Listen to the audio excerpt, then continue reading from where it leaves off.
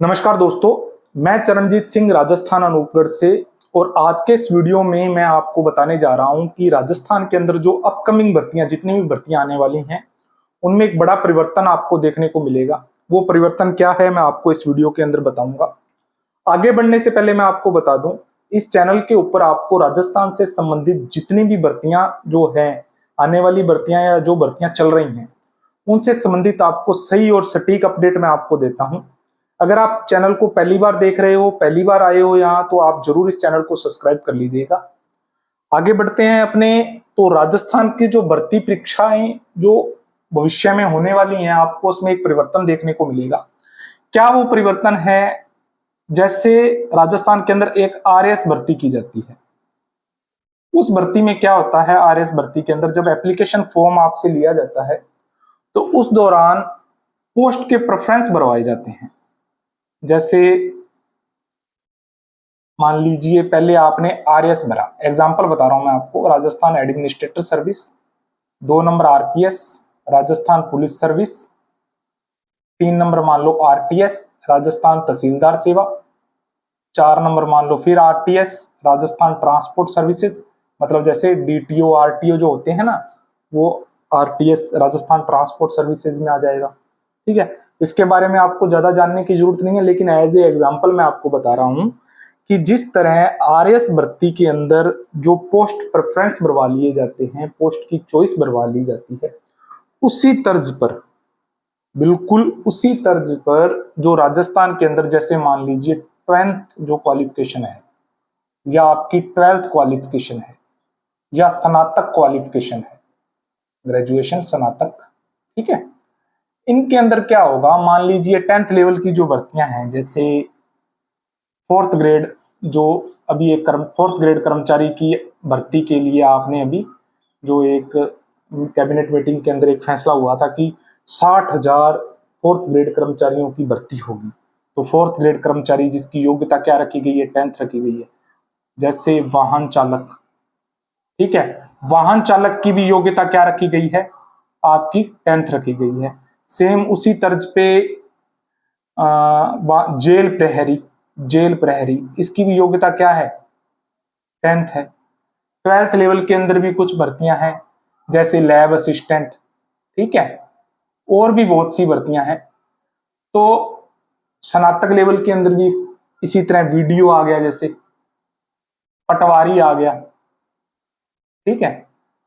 तो इनके लिए अब क्या परिवर्तन किया जा रहा है कि इनके लिए एक ही आवेदन मांग लिया जाए। जैसे मान लीजिए आपने 12th का सीईटी क्लियर कर लिया, या स्नातक का सीईटी क्लियर कर लिया। सीईटी क्लियर करने के बाद अब वीडियो का अलग एग्जाम होगा, मेन एग्जाम, पटवारी का अलग एग्जाम होगा। और पटवारी के सिलेबस में तो अथाह सागर है पूरा। जिसने पटवारी का सिलेबस कर लिया वो राजस्थान की तमाम भर्तियों के अंदर जो उसको और पढ़ने की जरूरत ही नहीं है, क्योंकि पटवारी के जो सिलेबस के अंदर लगभग राजस्थान की तमाम भर्तियों का सिलेबस कवर हो जाता है। तो जिसने इसी तरह जैसे वीडियो है, पटवारी है, 10th लेवल की भर्तियां हैं। अब जो राजस्थान मंत्रालय सेवा चयन बोर्ड का ये प्लान है कि जब स्नातक स्तर की सीईटी करवा ली या 12th स्तर का जो सीईटी एग्जाम करवा लिया, उसके बाद जो इनका मेन एग्जाम जो करवाया जाता है वो भी एक ही हो, ठीक है।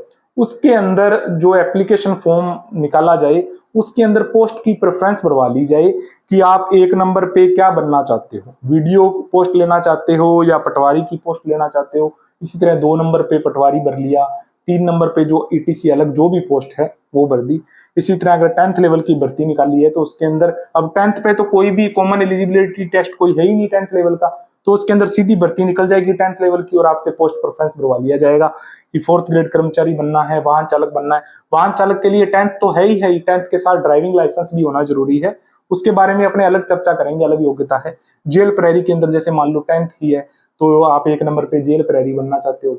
इस तरह का जो एक प्लान है राजस्थान मंत्रालय सेवा चयन बोर्ड का, कि वो आरएएस भर्ती की तर्ज पर ही जो बाकी भर्तियों को जल्दी पूरा कर सकें। जिससे जैसे मान लो अलग अलग भर्तियों को करवाएंगे तो समय ज्यादा लगेगा, आप सभी को पता है। अलग अलग भर्तियों को कराने के लिए अलग अलग एग्जाम देने के लिए भी जो स्टूडेंट हैं उनको जाना पड़ेगा, जिस वजह से स्टूडेंट का खर्चा भी ज़्यादा होता है और समय भी ज़्यादा लगता है और सरकार पर भी भार ज़्यादा बैठता है। क्योंकि अभी आप सभी को पता है कि एप्लीकेशन फॉर्म के नाम पे एक पैसा भी नहीं लिया जाता, क्योंकि एक बार OTR वन टाइम रजिस्ट्रेशन शुल्क भरने के बाद आपको एप्लीकेशन फीस बिल्कुल भी नहीं भरनी होती। तो एप्लीकेशन फीस जहाँ नहीं भरनी होती और बार बार अगर एग्जाम लेना पड़े तो सरकार का खर्चा ज्यादा बैठता है इन एग्जाम पर। तो इसमें एक परिवर्तन किया जा रहा है। अभी के लिए तो अभी तक वो परिवर्तन हुआ नहीं है, लेकिन इसका एक प्रपोजल चल रहा है, ठीक है।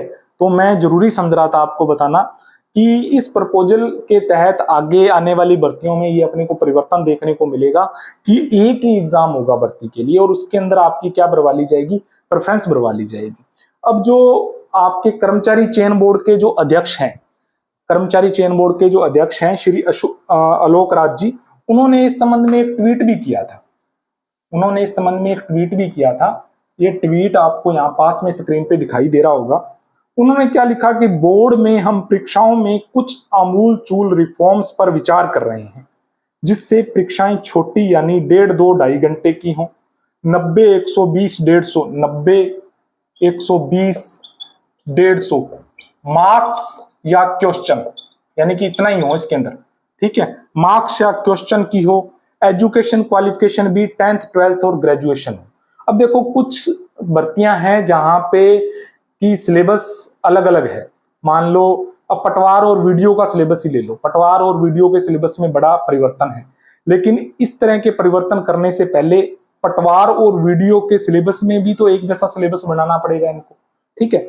तो ज्यादातर जानी यहां संभव हो, अब इसमें लिखा हुआ है कि एजुकेशन क्वालिफिकेशन भी 10th 12th और ग्रेजुएशन हो, ज्यादातर यानी जहां संभव हो पाए RAS कंबाइंड की तर्ज पर कंबाइंड एग्जाम हो, ताकि एक ही एग्जाम से हम कई सारी भर्तियां एक साथ करा सकें।